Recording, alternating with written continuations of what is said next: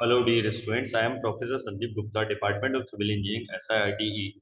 Today, in this class, we discuss the scope of civil engineering. कितना vast scope है civil engineering branch का, वो मैं इस लेक्चर में आपसे डिस्कस करने वाला हूँ कि कहाँ कहाँ स्कोप है और इस ब्रांच को लेने से क्या क्या हम लोगों को बेनिफिट्स हैं। अक्सर हमको ये पता नहीं होता, तो हम लोग इस लेक्चर के माध्यम से मैं आपको बताने वाला हूँ। तो जैसे आउटलाइन आप देख रहे हैं, introduction of civil engineering actually है क्या, वो मैं आपको बताता हूँ। और स्कोप ऑफ सिविल इंजीनियरिंग कहाँ कहाँ इसके स्कोप्स हैं, वो मैं आपसे डिस्कस करता हूँ। तो सबसे पहले इंट्रोडक्शन में देखा हूँ सिविल इंजीनियरिंग। तो मैं आपको एक बात बता दूं, सिविल इंजीनियरिंग ब्रांच को कोई भी स्टूडेंट सेलेक्ट नहीं करता, ब्रांच स्टूडेंट को सिलेक्ट करती है। शब्दों पे ध्यान दीजिए, ब्रांच ने स्टूडेंट को सिलेक्ट किया। Reason is that most of work civil engineering के नेचर के साथ होते हैं। तो आप यकीन मानिए, नेचर हमको सेलेक्ट करता अपने साथ काम करने के लिए, इसलिए बड़ा ही ब्यूटीफुल ब्रांच है। जैसे मैंने आपको डेफिनेशन में लिखा हूँ, सिविल इंजीनियरिंग के अंदर क्या क्या आता है। हम लोग क्या करते हैं, अभी प्लानिंग करते हैं, कंस्ट्रक्शन करते हैं, डेवलपमेंट ऑफ नेचुरल रिसोर्स करते हैं, बिल्डिंग है, transport facility and other structure required for health, welfare, safety, employment. इसके अपार्ट में आप देखेंगे, किसी भी कंट्री का, किसी भी स्टेट का हैप्पीनेस जो डिपेंड करता है उसके इंफ्रास्ट्रक्चर पर। अगर वो बहुत सुंदर होता है तो हम लोग को बहुत हैप्पीनेस आती है। तो कहीं ना कहीं वो इंफ्रास्ट्रक्चर हमारी कॉम सिविल इंजीनियर पर ही डिपेंड करता है। तो that's a very important chart. ये देखिए, इस चार्ट के हेल्प से मैं आप लोगों को सारा स्कोप्स एक्सप्लेन करने वाला हूँ। आप लोग ये चार्ट देख रहे हैं, तो सिविल इंजीनियर जैसे हम लोग ब्रांच को सेलेक्ट करते हैं, तो हमारे पास मेजरली दो ब्रांच में हम लोग जा सकते हैं। जैसे एक लोग ब्रांच मतलब बोल सकते हैं, या दो फील्ड में हम लोग जा सकते हैं। जैसे एक आपका रिसर्च वर्क हो गया, दूसरा आपका फील्ड जॉब हो गया। रिसर्च वर्क काफी कम लोग सिलेक्ट करते हैं, बट उसके स्कोप देखिए आप लोग। रिसर्च वर्क मीन्स आप लोग पीएचडी करेंगे, तो आप लोग के आगे और क्या होगा। तो सबसे पहले हम लोग पीएचडी करने से पहले क्या करेंगे, बीटेक करेंगे। फिर हम लोग कोई स्ट्रीम को सिलेक्ट करके एमटेक करेंगे। एमटेक करने के लिए बहुत सारी ब्रांचेस हैं आपकी।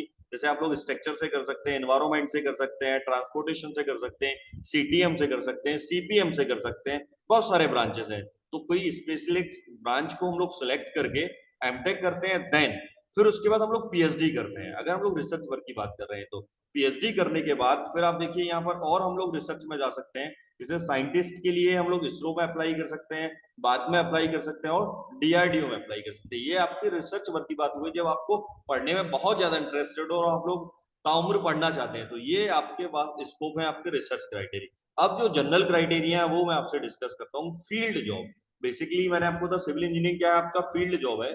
और अब तो आजकल ऑफिस में भी बहुत सारा वर्क करने लगे हैं हम लोग। तो फील्ड जॉब का मतलब है कि क्या क्या इसके स्कोप और हो सकते हैं।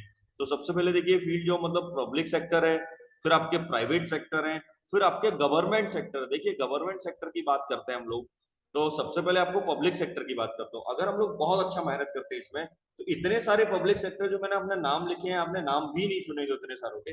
ये सबके सब सिविल वालों को ऑफर करते हैं अच्छे पैकेज के साथ जॉब के लिए। बट कंडीशन ये है कि आपको थोड़ा सा हार्ड वर्क करना पड़ेगा। जैसे एनटीपीसी आपने नाम सुना होगा, एनएचपीसी है, आईकॉन है, आरआईटीएस रीट्स है, सेल है, वेल है, एआई है, एचएएल है, एनएएल है, oil sector, IUCL, ONGC, HPCL, गेल, ये सारे के सारे पब्लिक सेक्टर बहुत अच्छा पैकेज ऑफर करते हैं सिविल इंजीनियरों के लिए।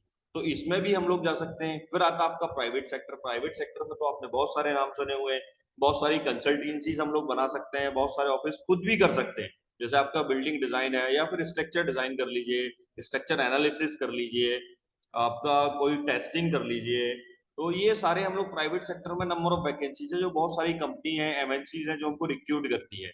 इसके बाद आता है आपका गवर्नमेंट सेक्टर। देखिए, गवर्नमेंट सेक्टर जो हम लोग बात करते हैं गवर्नमेंट सेक्टर की, आज सब लोगों को चाहिए कि सरकारी नौकरी हो। तो सिविल ब्रांच जो है वो सबसे ज्यादा गवर्नमेंट वैकेंसीज को ऑफर करता है, सबसे ज्यादा। देखिए, और दोनों जगह से, स्टेट का भी करता है और सेंट्रल का भी करता है। अगर आप लोग यूपीएससी थोड़ा सा हार्ड है, मेहनत करनी पड़ी, क्वालिफाई करते हैं, तो देखिए आपके इसको आईएएस में जा सकते हैं हम लोग, सीपीडब्ल्यूडी है, सीडब्ल्यूसी है, रेलवे है, मिलिट्री है। ये यूपीएस को क्रैक करके आप इतने सारे स्कोप में जा सकते हैं। फिर आपका जैसे स्टेट गवर्नमेंट है, तो पीएससी के थ्रू हम लोग कहाँ जा सकते हैं, पीडब्ल्यूडी में ले सकते हैं।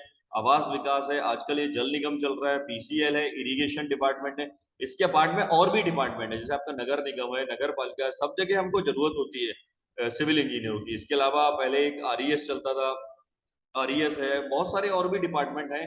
मैंने आपको मोस्ट इंपोर्टेंट डिपार्टमेंट लिए, इसके अलावा भी बहुत सारे डिपार्टमेंट हैं जिसमें हम लोग जा सकते हैं। भाई ये आपके एक अप्रोक्स आइडिया है कि क्या-क्या सिविल इंजीनियरिंग ब्रांच के स्कोप हो सकते हैं। तो आप लोग वो हेल्प करेंगे सिविल ब्रांच को ये सिलेक्ट करने के लिए। That the another branches of civil engineering अगर हम लोग टेक्निकली बात करेंगे तो हम लोग सर्विंग एंड लेबलिंग में जा सकते हैं, बिल्डिंग प्लानिंग में जा सकते हैं, एडवांस कंस्ट्रक्शन पर जा सकते हैं, जियोटेक्निकल इंजीनियरिंग में एक्सपर्टीज ले सकते हैं, वाटर रिसोर्स इंजीनियरिंग आजकल एक नया वेंचर है तो इसमें हम लोग ले सकते हैं, ट्रांसपोर्टेशन इंजीनियरिंग किसी भी सिटी का सबसे बड़ा ट्रांसपोर्टेशन हैप्पीनेस पर डिपेंड करता है उसका ट्रांसपोर्टेशन। अगर वो कम्युनिकेशन बहुत अच्छा होता है तो फिर हम लोग को बहुत हैप्पीनेस आती है। एनवायरमेंट इंजीनियर है तो एनवायरमेंटल इंजीनियरिंग में अगर हम लोग एनवायरमेंट को बहुत अच्छा लगते हैं तो ऑटोमेटिकली उस शहर का हैप्पीनेस स्प्रेड होता है। टाउन प्लानिंग है, अगर हम लोग टाउन प्लानिंग में जा सकते हैं तो इस तरह से आपके सिविल ब्रांच के बहुत सारे स्कोप हमको देखने को मिल सकते हैं। Thank you so much class. इसके बाद हम लोग फिर डिस्कस करेंगे नेक्स्ट में कि और क्या क्या इसके स्कोप हो सकते हैं। Thank you so much.